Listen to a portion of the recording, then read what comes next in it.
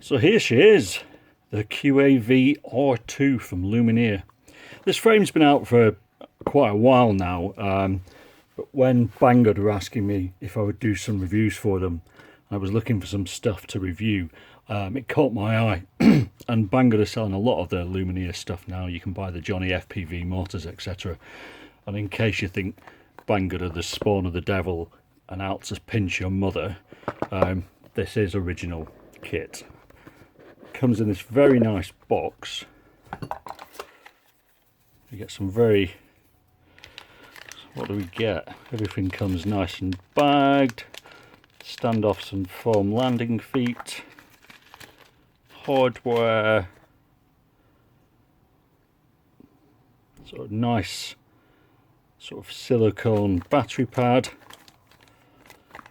plates with press nuts, which is always nice,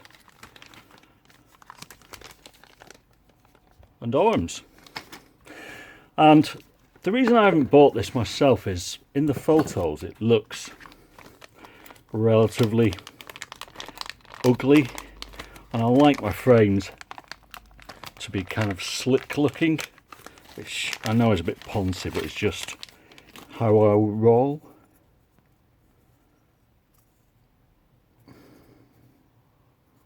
Very nice carbon, matte finish. There's a slightest little bit of flex to it, which I always find is very good. A few little tiny rough parts on the cut, but it all feels pretty good quality.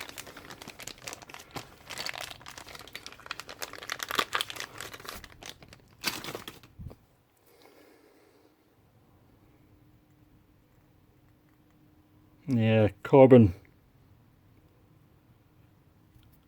looks yeah, it looks really good. Can barely even see the layers actually. Right, so as always, let's put this together and have a look at what it is. Right, so here she is, and I've stuck some motors on it because quads always look a bit odd without them. So as you can see, it's very similar in a way to the original QAV R, which was released sort of about 3 years ago, and was a frame that I never had because back then I was sort of messing around with 20 quid cheap Banggood frames. So what to say?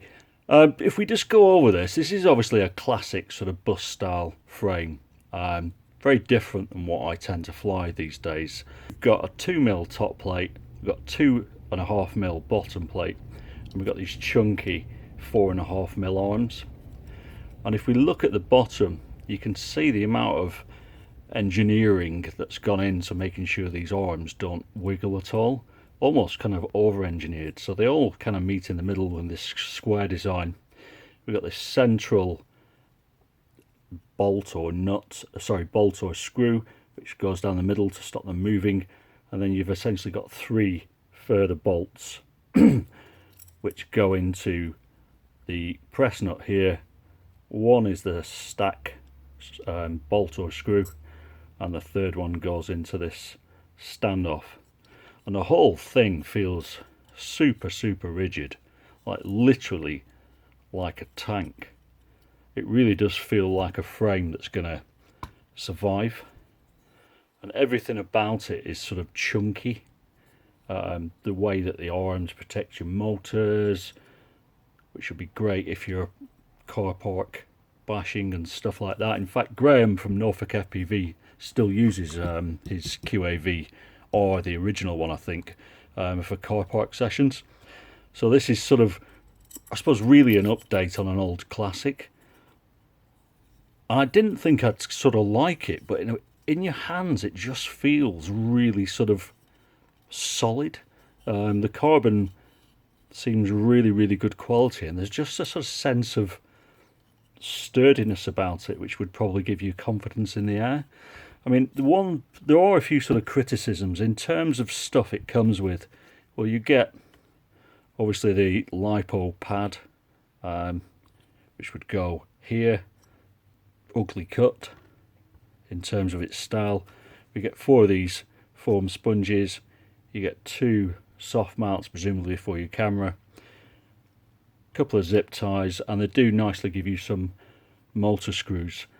But it would have been nice, you know, to at least have some sort of GoPro session ramp included, you know, possibly an antenna mount, 3D printed, stuff like that. The things that we get on a lot of frames these days.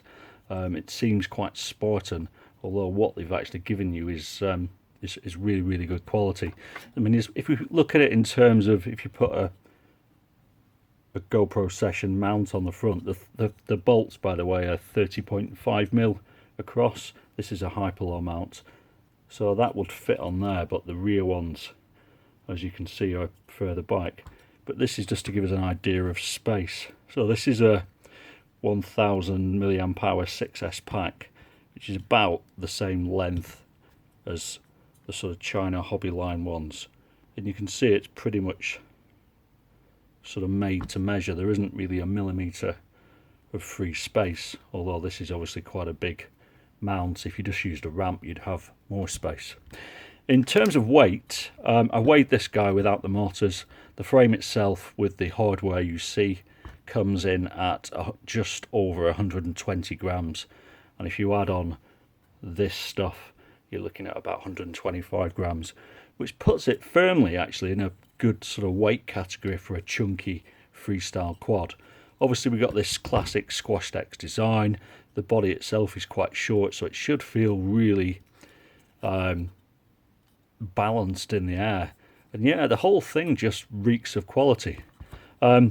This is possibly the one frame that I'll review that I might not get to fly, and the reason for that is this was one of the things that I promised to, well, as a choice of frames to the guy who won the third place in my giveaway. So obviously if he chooses this frame, then yeah, he's going to get a really good frame that feels like it's gonna, you know, survive. If he doesn't, then I'm gonna build it, because there's bags of space in there. We've got normal 30.5 mounting. We've obviously got 20mm mounting here. We've also got another 20mm stack slot at the back, although you're going to be limited because of the distance of these standoffs. So yeah, because it's running 8 standoffs, it just feels super sturdy, and we've got tons of space inside as well, because it's not running a low profile build. So yeah, I think my thoughts are, it's pretty expensive at sort of 60 odd quid to say it doesn't come with any sort of 3D bits or anything like that, but I can't really fault it for perceived quality. And it just kind of feels in your hand, it just feels like it's going to fly really nice. There's just something about it. So yeah, I like it a lot more than I thought I would do. In terms of looks, it's a pretty sort of utilitarian looking quad, even with these exceptionally pretty motors on. And it kind of, off topic, I've been looking at the flip mode, juice mode I think it's called, as just sort of a general purpose, plenty of space, sort of sturdy quad, and this is kind of along a similar vein. So get some sort of 3D printed bits on this, and I bet it looks pretty smart. So yeah, a bit of a waffly review that. They also do these in 6-inch, which comes with, I think, 5mm arms, and a 7-inch, which may come, I can't remember if they're 5mm or 6mm arms. So you've got plenty of options when it comes to arm sizes as well. And as I said, you ain't going to be knocking your arms loose on this guy. Presumably they'll snap along here as they should do. So yeah, there you go. Quick look at the QAV R2. In my opinion, a worthy update to the classy original. Fits a mini camera, but obviously you can stick in whatever you want in there as long as you use some spacers. So yeah, props to Lumenier. Good quality frame, feels like it will put up with a lifetime of abuse. Cheers guys, thanks, bye bye.